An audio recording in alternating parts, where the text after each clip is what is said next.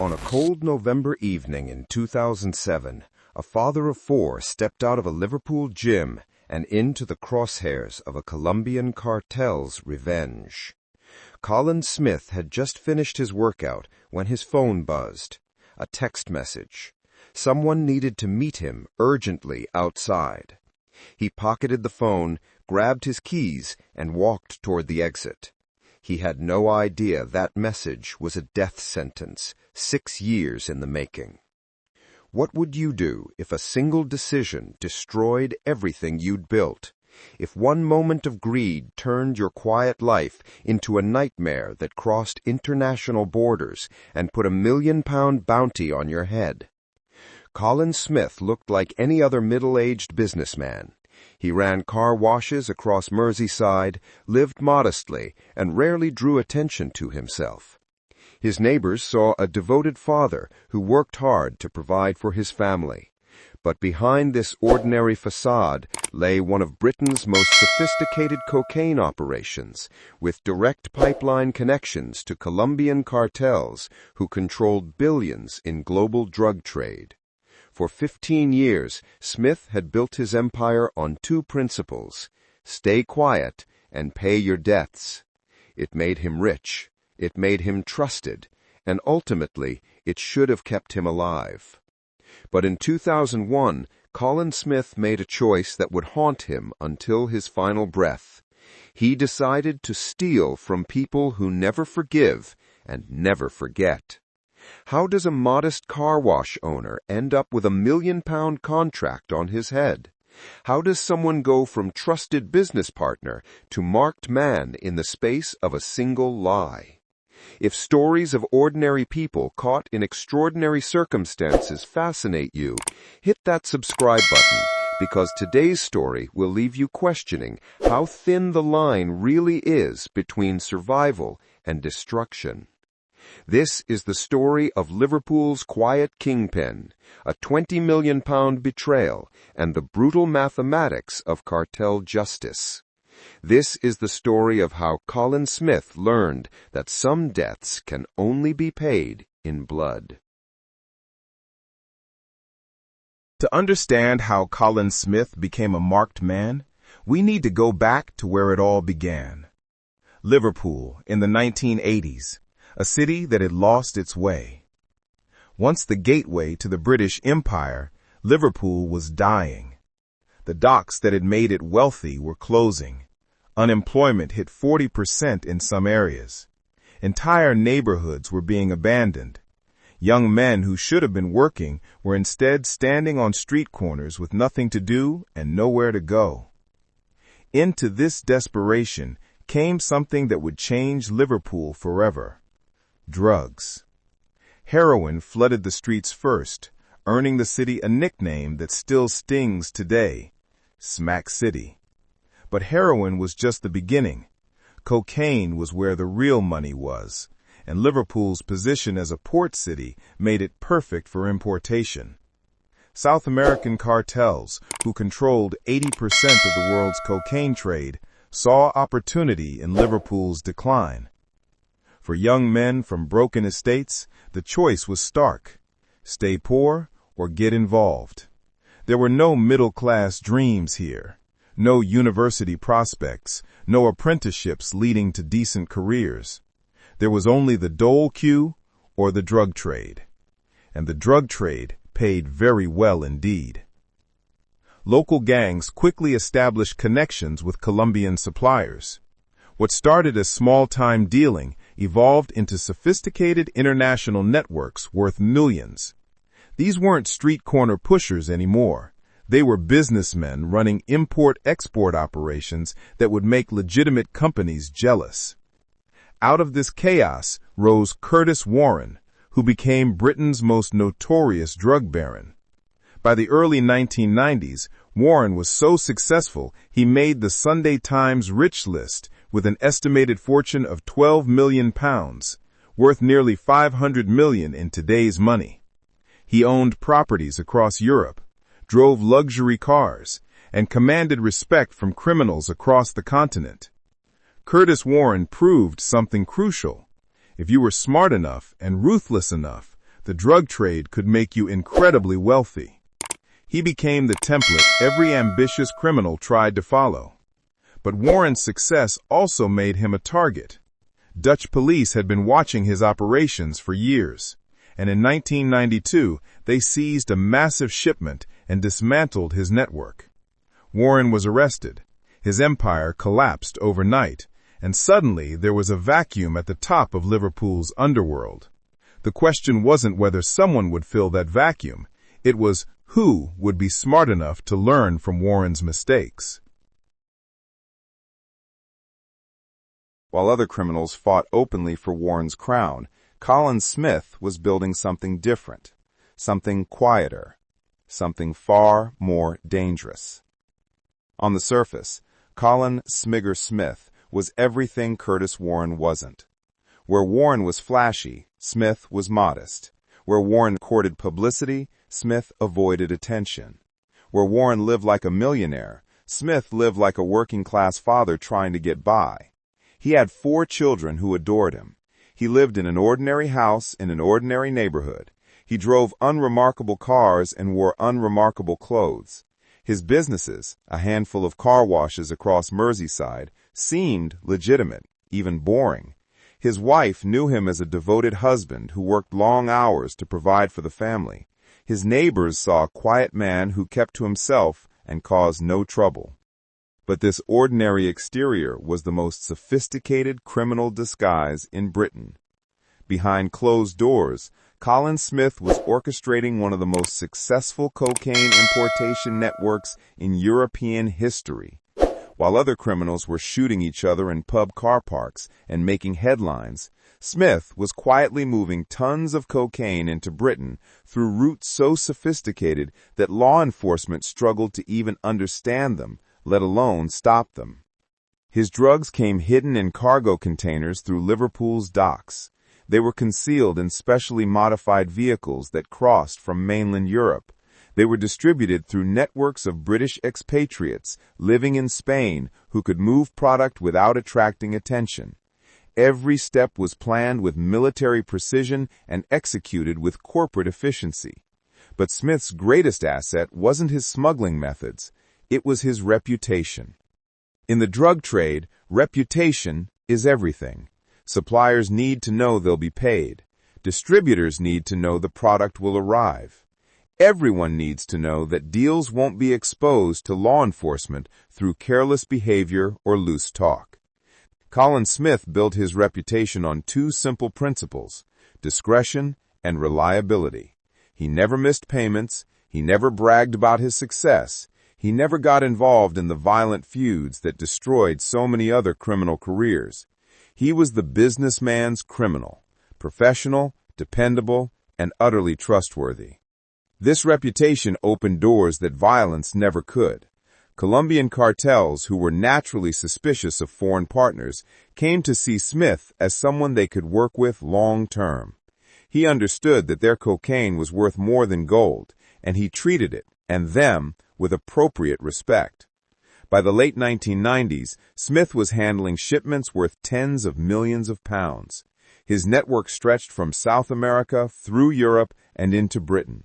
He was making the kind of money that Curtis Warren had only dreamed of, but doing it so quietly that even other criminals didn't realize how successful he'd become. Former associates would later describe him as the one you'd never suspect. He could walk into a room full of police officers and they'd see a tired businessman, not Britain's most successful drug importer. He could attend parents' evenings at his children's schools and fit in perfectly with other working fathers. This double life should have been impossible to maintain, but Smith made it look effortless. He compartmentalized everything. His family life, his legitimate businesses, and his criminal empire existed in separate worlds that never touched each other. For over a decade, this system worked perfectly. Smith grew wealthy while staying invisible. He provided for his family while avoiding the violence that destroyed his competitors. He built relationships with suppliers while maintaining his cover as an ordinary businessman. It was the perfect criminal life, successful, sustainable, and safe. But perfection in the criminal world is always temporary, and Smith's perfect life was about to encounter the one person who could destroy it all. Every criminal empire needs muscle, and Colin Smith found his in Stephen Lawler. Lawler was everything Smith wasn't. Where Smith was quiet and thoughtful, Lawler was loud and impulsive. Where Smith avoided confrontation, Lawler thrived on it. Where Smith blended into crowds, Lawler commanded attention wherever he went. He'd started as a nightclub bouncer, using his imposing physical presence to handle troublemakers and collect debts. But Lawler had ambitions beyond club doors, and when he met Colin Smith, he found his opportunity. Smith needed someone who could handle the violent side of the drug trade, the debt collection, the enforcement, the negotiations that required more than just words. Lawler needed someone who could provide structure and opportunity for his particular talents. It was a partnership that made both men wealthy, and eventually got one of them killed.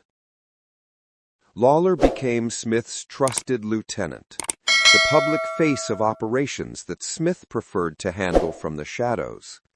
While Smith maintained his cover as a legitimate businessman, Lawler openly embraced the criminal lifestyle. He drove expensive cars, wore expensive clothes, and made sure everyone knew he was somebody important. More crucially, Lawler became Smith's primary link to the Colombian cartels. His aggressive personality and willingness to use violence when necessary impressed suppliers who valued strength and decisiveness. They trusted him to handle their product with appropriate care and to ensure their money was paid on time. By 2001, Lawler was brokering deals worth tens of millions of pounds. He'd evolved from simple muscle into a sophisticated criminal operator who understood international drug trafficking at the highest levels. His connections stretched from Liverpool to Amsterdam to Bogota, and his reputation for reliability matched his boss's. Then came the deal that would change everything. In early 2001, Lawler arranged what was supposed to be the biggest importation of Smith's career, 500 kilograms of pure Colombian cocaine with a street value of £72 million. It was the kind of shipment that could set both men up for life, the kind of opportunity that comes along once in a criminal career. The logistics were complex, but manageable. The cocaine would be shipped through established routes, stored in secure locations, and distributed through proven networks. Both the Colombians and Smith's organization had handled similar operations before. Everything should have gone smoothly. But in May 2001, just as the shipment was being finalized, Stephen Lawler was murdered. Liverpool was in the middle of what newspapers called the Door Wars, a violent feud between different criminal groups for control of nightclub security contracts. Lawler, with his background as a bouncer and his obvious wealth from drug trafficking, was an obvious target. He was gunned down in broad daylight, his body left in the street as a message to anyone else who might challenge the wrong people. The murder was brutal, professional, and final. For Colin Smith, Lawler's death was more than just the loss of a trusted associate. It was the loss of his primary link to the Colombian suppliers. It was the loss of his enforcer and debt collector. Most importantly, it was the loss of the only person who knew all the details of the £72 million shipment that was supposed to make both of them rich. Little did anyone know, Stephen's death had signed Colin's death warrant. With Stephen Lawler dead, Colin Smith faced a choice that would define the rest of his life, however short that might be. The 500 kilograms of Colombian cocaine was sitting in a secure location, waiting to be distributed. The suppliers expected their money, the customers expected their product, but the man who was supposed to coordinate everything was lying in a morgue. Smith could have done the honorable thing, contacted the Colombians, explained the situation, and worked out a new arrangement. He could have found another lieutenant to replace Lawler. He could have proceeded carefully and maintained the trust that had made him successful for over a decade. Instead, Colin Smith made the decision that would kill him. He decided to keep the cocaine and sell it himself, pocketing the entire £72 million profit. But he couldn't just disappear with the drugs. The Colombians would immediately know something was wrong. So he created a lie that he thought would protect him. Smith contacted the Colombian suppliers and told them the shipment had been seized by Dutch customs. It was a believable story. Law enforcement seizures were a constant risk in the drug trade, and everyone understood that sometimes shipments were simply lost. The suppliers would write off the loss and move on to the next deal. For months, the lie held. Smith quietly sold the cocaine through his established distribution networks, making millions while the Colombians mourned their lost investment. He thought he'd executed the perfect crime, stolen from some of the most dangerous people in the world, and gotten away with it. But in the criminal underworld, secrets don't stay secret forever. The truth came out through a man known as Stephen the Blonde French, a criminal associate who had knowledge of both the shipment and Smith's deception. Whether through carelessness, revenge, or simple greed, Stephen the Blonde French revealed to the Colombian suppliers what had really happened to their cocaine. The Colombians learned that their trusted British partner, the quiet, reliable businessman they had worked with for years, had stolen from them.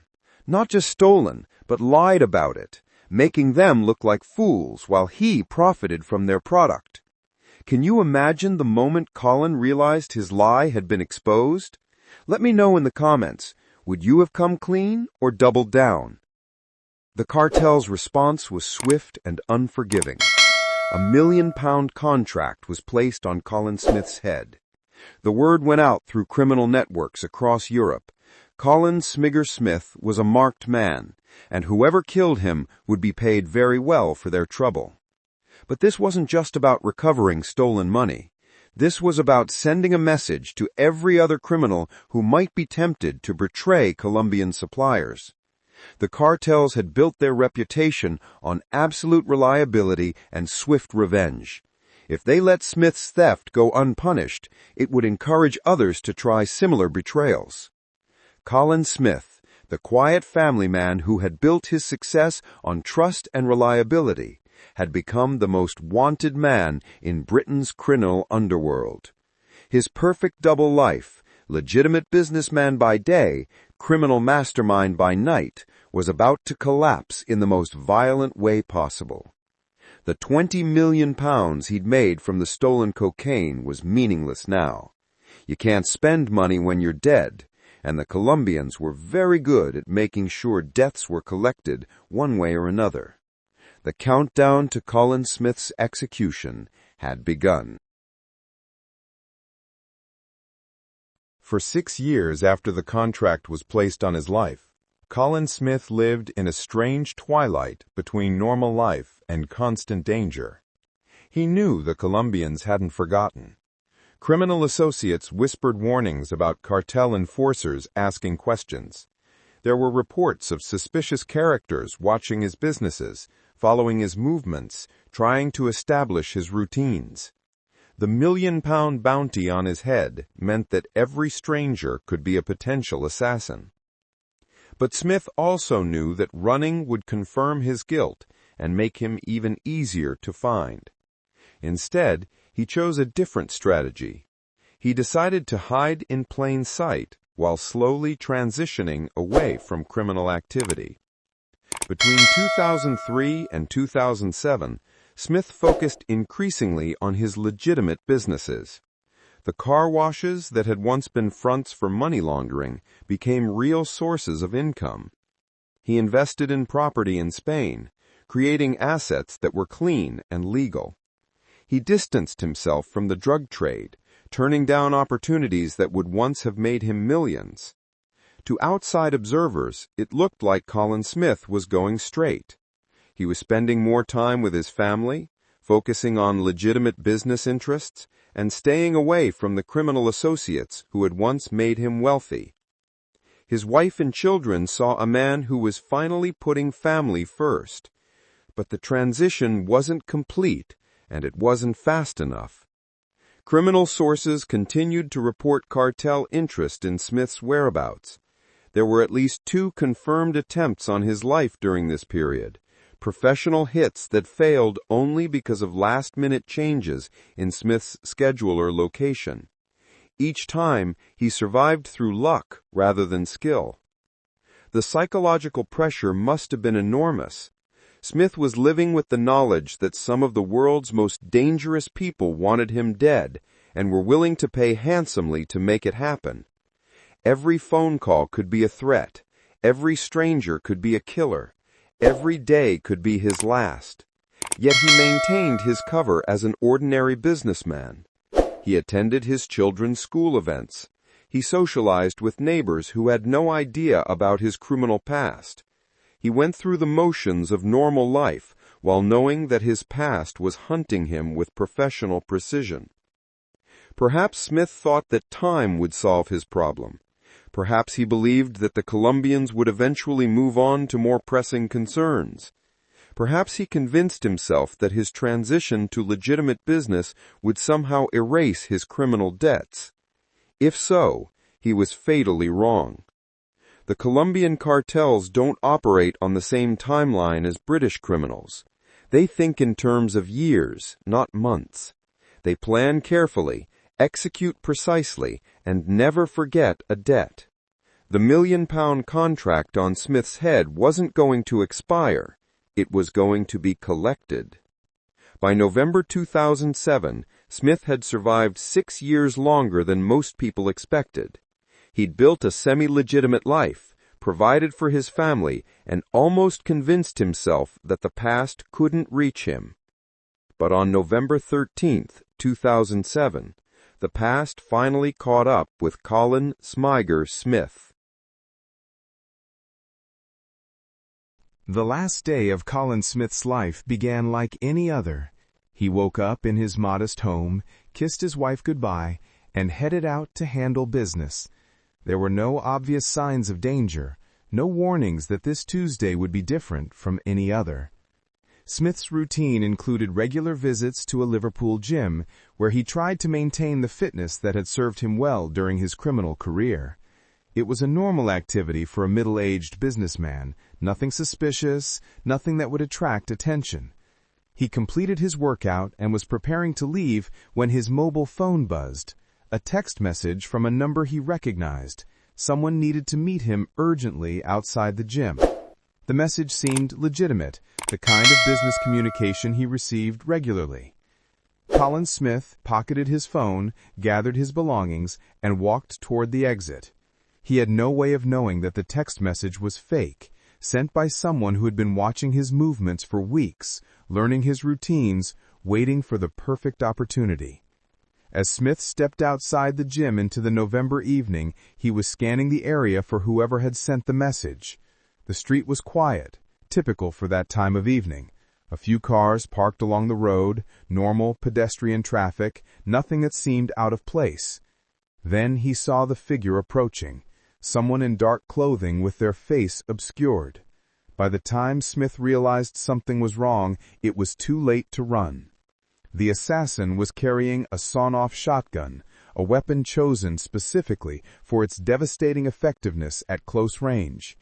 This wasn't a warning or an intimidation tactic. This was a professional execution designed to send a very clear message. 2 shots were fired. Both hit their target. Colin Smith, the quiet family man who had built a criminal empire on discretion and reliability, died on a Liverpool street within sight of the gym where he'd just finished exercising. The execution was brutal, efficient, and unmistakably professional. The killer disappeared into the November darkness, leaving behind a body and a message that would be understood by every criminal in Britain. The Colombian cartels always collect their debts.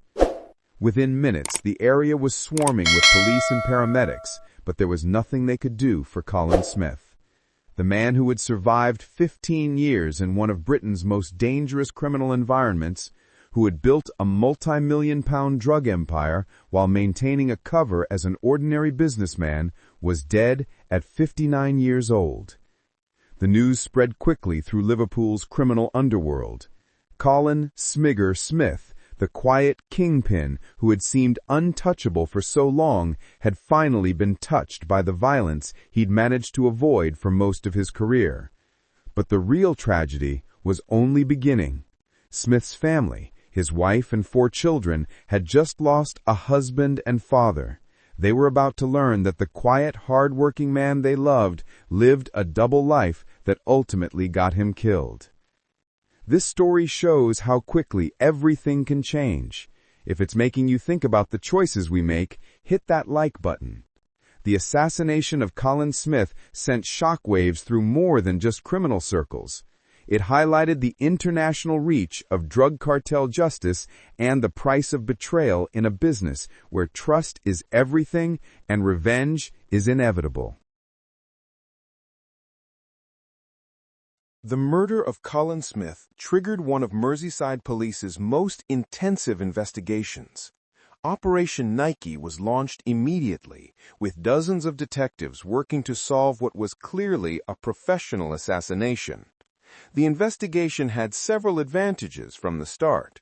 The murder had occurred in a relatively public location with potential witnesses. Smith's criminal background was well known to law enforcement, providing obvious motives for his killing. The professional nature of the hit suggested connections to organized crime networks that police had been monitoring for years. But advantages in murder investigations don't always translate to convictions, and Operation Nike would ultimately demonstrate the challenges of prosecuting international criminal conspiracies. The Colombian connection was obvious from the beginning. Smith's theft of the £72 million cocaine shipment and the subsequent £1 million contract on his life provided a clear motive for the assassination. Intelligence sources confirmed that cartel-connected individuals had been making inquiries about Smith's whereabouts in the months before his death. However, proving cartel involvement in court was virtually impossible. The people who ordered Smith's killing were operating from South America, protected by distance and diplomatic immunity. The people who carried out the killing were professionals who left no evidence and disappeared without trace. Local criminals who might have had information were either too frightened to talk or too implicated to be credible witnesses. The code of silence that protects criminal organizations also protects them from law enforcement, even when some members might privately approve of justice being done. Despite years of investigation, multiple arrests, and extensive international cooperation, Operation Nike never resulted in a single conviction. The murder of Colin Smith remains officially unsolved, though everyone involved understands exactly what happened and why. The failure to achieve justice in Smith's case wasn't unusual. Liverpool was experiencing a wave of drug-related murders that were proving nearly impossible to solve. Over 100 similar cases remained open, representing a generation of criminals who had lived by violence and died by violence without their killers ever being held accountable. For law enforcement, Smith's murder represented both the international reach of drug cartel justice and the limitations of domestic law enforcement when dealing with global criminal networks. The people responsible for ordering his death were beyond the reach of British courts, and the people who carried it out were too professional to be caught. For the criminal community, the message was crystal clear. Betray the Colombians at your own risk.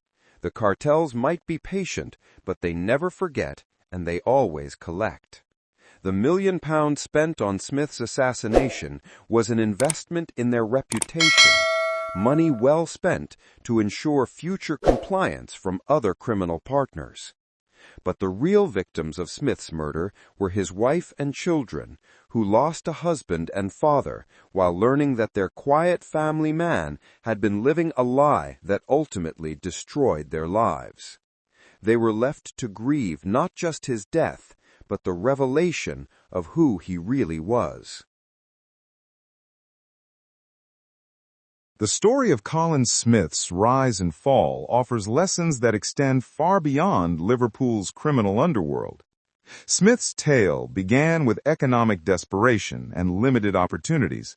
Like many young men in 1980s Liverpool, he faced a choice between legitimate poverty and illegitimate wealth. The drug trade offered an escape from circumstances that seemed hopeless, and for a while, it delivered everything it promised. But Smith's story also demonstrates that success in criminal enterprises is always temporary and usually fatal. For 15 years, he lived a double life that seemed sustainable.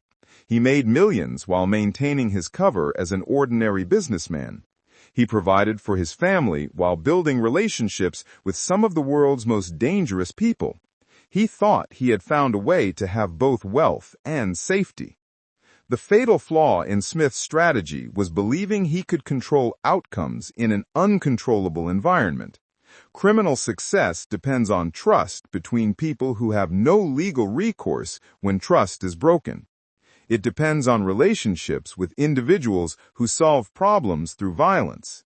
It depends on maintaining balances that can shift without warning and with devastating consequences. When Smith decided to steal the £72 million cocaine shipment, he broke the fundamental rule that had kept him alive for over a decade. Always pay your debts. In the legitimate business world, theft might result in lawsuits, bankruptcy, or imprisonment. In the criminal world, theft results in death. The 6-year delay between Smith's betrayal and his execution demonstrates another crucial aspect of criminal justice: patience. The Colombian cartels didn't react impulsively or emotionally. They planned carefully, gathered intelligence, and waited for the perfect opportunity. Their revenge was a business decision, executed with the same precision they brought to their drug trafficking operations. For Smith's family, his death was a double tragedy.